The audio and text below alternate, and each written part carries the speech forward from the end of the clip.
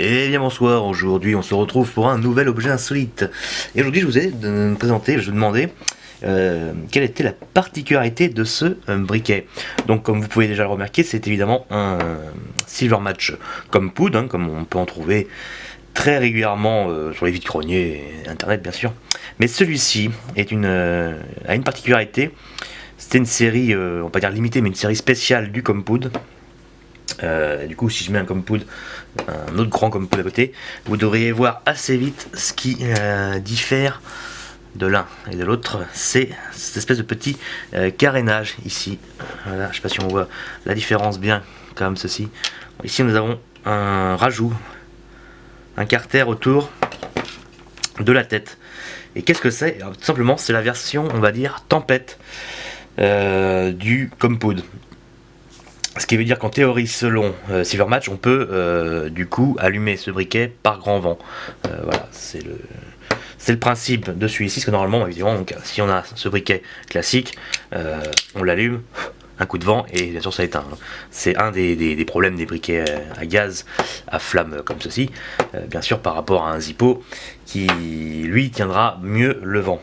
Du coup, il fallait bien trouver une solution pour que le Compood soit aussi utilisable par les Bretons ou je ne sais pas quoi.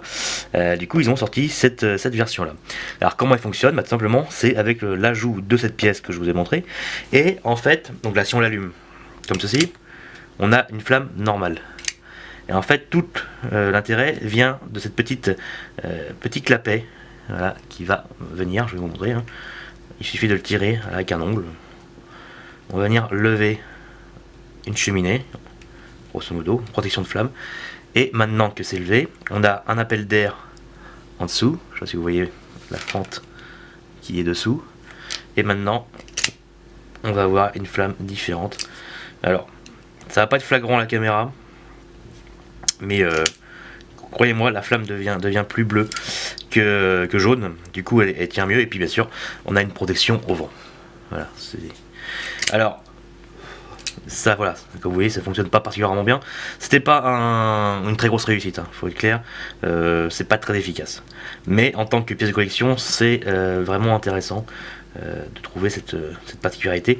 On a un peu de mal à le trouver, alors de temps en temps sur eBay et le Bon Coin, on en trouve un, mais je pense que ça n'a pas dû faire un gros succès à l'époque.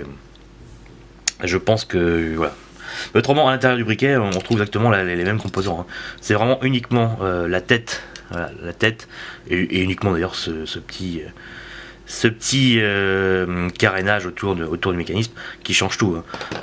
À l'intérieur, on a une cartouche grand modèle tout à fait classique, et bien sûr le corps qui lui aussi est classique, c'est-à-dire on peut prendre donc ce briquet là, qui est en mauvais état d'ailleurs, on peut bien sûr lui enlever sa tête et puis venir mettre la tête du plein vent là, hop, et ça devient un briquet tempête.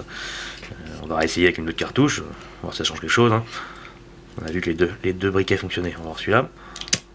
Hop, voilà, la flamme devient plus bleue que jaune. Je sais pas si vous voyez, la caméra en voit bien. Comme ça. Hop, sans vous voyez bien, le haut de la flamme, la pointe de la flamme est jaune. Et quand on le met... En plus, c'est un peu dur à tirer en plus, et puis c'est une pièce assez fragile. Et hop, quand on le met... Vous voyez, la flamme, la pointe de la flamme jaune est beaucoup moins présente. Donc on a une flamme bleue plus grande. Voilà, donc c'est vraiment juste ce petit accessoire qu'ils ont rajouté sur les têtes. À la limite, si j'avais été eux, je l'aurais rajouté sur tous les briquets. Parce qu'après tout, avec ou sans, ça fonctionne. Et puis ça faisait une petite option pas inintéressante. Mais bon, bien sûr, ça avait un coût. Juste la petite pièce là rajoutée, je pense que ça devait tout de suite faire monter le prix.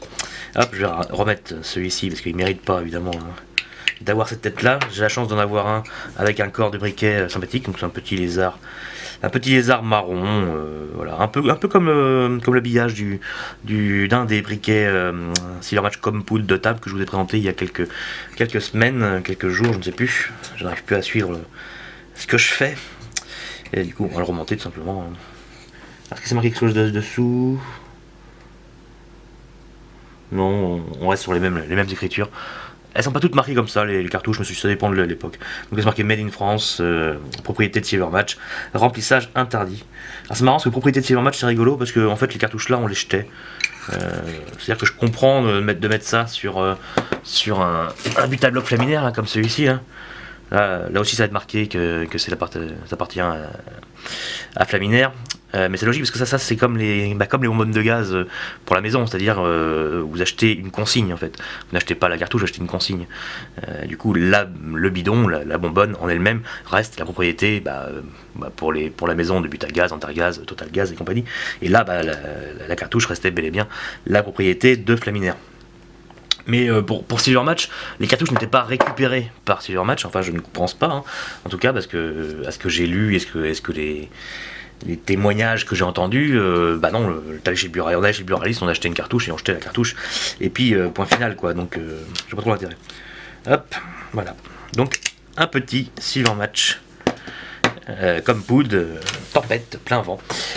Voilà, donc c'est une petite vidéo, évidemment il n'y a pas grand chose à dire, si ce n'est, j'avais envie de vous présenter ce petit modèle, parce que, alors des compoud, si vous êtes un peu collectionneur de briquets, vous avez dû en croiser des tonnes et des tonnes, et puis si comme moi vous en avez marre de les voir, vous ne les achetez même plus. Moi personnellement j'achète même plus, hein. Ça c'est les derniers qu'on trouve dans des lots, etc. Tu vois, il est pas en très bon état, faudra que j'en occupe, éventuellement que je leur peigne. Quand on a la chance de tomber sur une version un peu différente d'une compoud, ça forcément on saute dessus, ça c'est évident. Donc si vous ne connaissez pas, n'hésitez pas à le découvrir, à le chercher. En général on trouvera pour à peu près le même prix que les autres, hein, parce que les gens ne sont pas au courant qu'ils vendent un briquet beaucoup plus rare que les autres. Donc voilà, ça peut être une bonne idée de recherche pour votre collection. Et sur ce, la vidéo est déjà presque terminée. Je vous remercie donc de l'avoir regardé, et puis n'hésitez pas à laisser un petit commentaire si vous avez des questions ou si ou tout ce que vous voulez, pas de problème. Laissez un petit pouce bleu si vous avez plu, un petit pouce bas si vous n'avez pas aimé la vidéo. Et autrement, n'hésitez pas à partager cette vidéo, ça me ferait vraiment plaisir. Et puis venez me rejoindre sur les différents réseaux sociaux comme Twitter, Facebook, hein, vous trouverez les liens sous la vidéo. Et puis au plaisir de vous revoir. Donc sur ce, bonne soirée et à la prochaine.